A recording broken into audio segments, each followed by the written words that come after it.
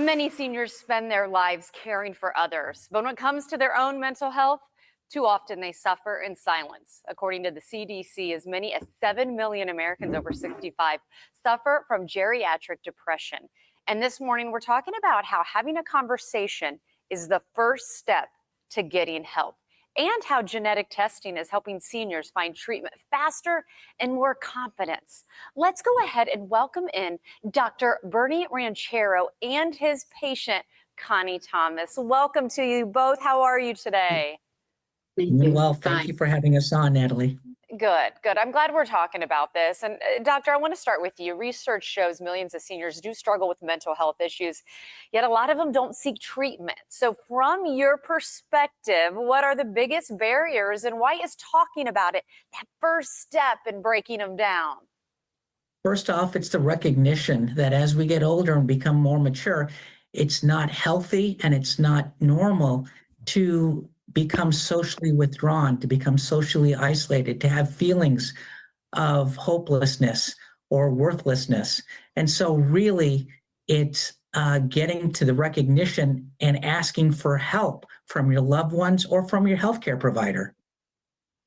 And Connie, I want to bring you in on the conversation here. Did you find it hard to talk about your mental health? And ultimately, what encouraged you to open up and take that first step?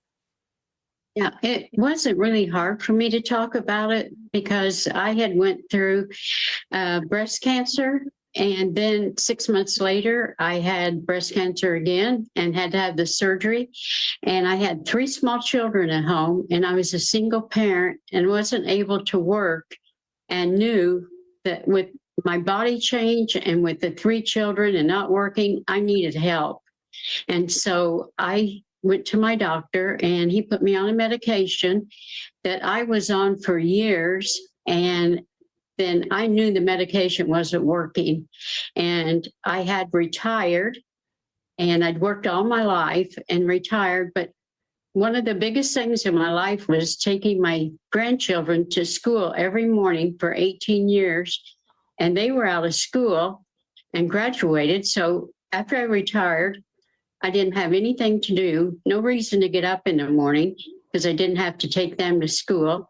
And then what am I going to do all day? So I got in touch with Dr. Ranchero, which he's been my doctor for years, and he gave me the GenSight test, and it came back with the information, and I was being over medicated.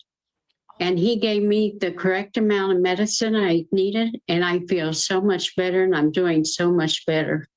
Oh, wow. Okay, that is really interesting. Doctor, I want to get your thoughts on that. I mean, how does this genetic testing then help empower patients to have their talks? I mean, you were able to go through things that Connie was experiencing, but it's so important, especially at this stage in life. Yes, you know what I say, it's 2025.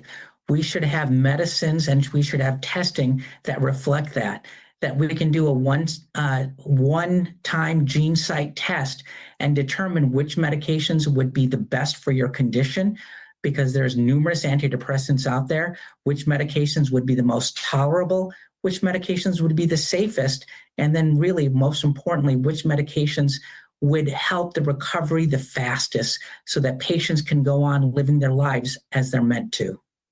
I got to tell you, this has been so eye-opening. I'm so glad we were able to have this conversation. Unfortunately, we are out of time. We're sharing the website, genesight.com, where people can go.